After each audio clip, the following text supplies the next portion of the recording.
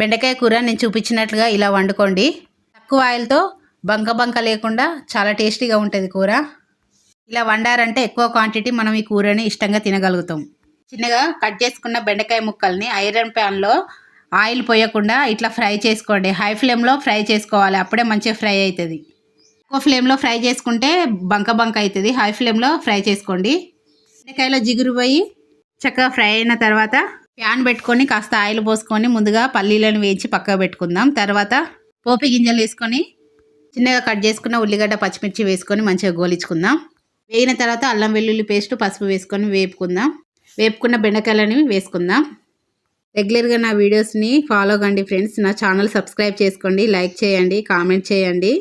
మీ అమూల్యమైన లైక్ నన్ను ఇంకా కొంచెం ముందుకు తీసుకుపోతుంది. సరిపడా కారం ఉప్పు వేసి మంచిగా వేపుకోవాలి.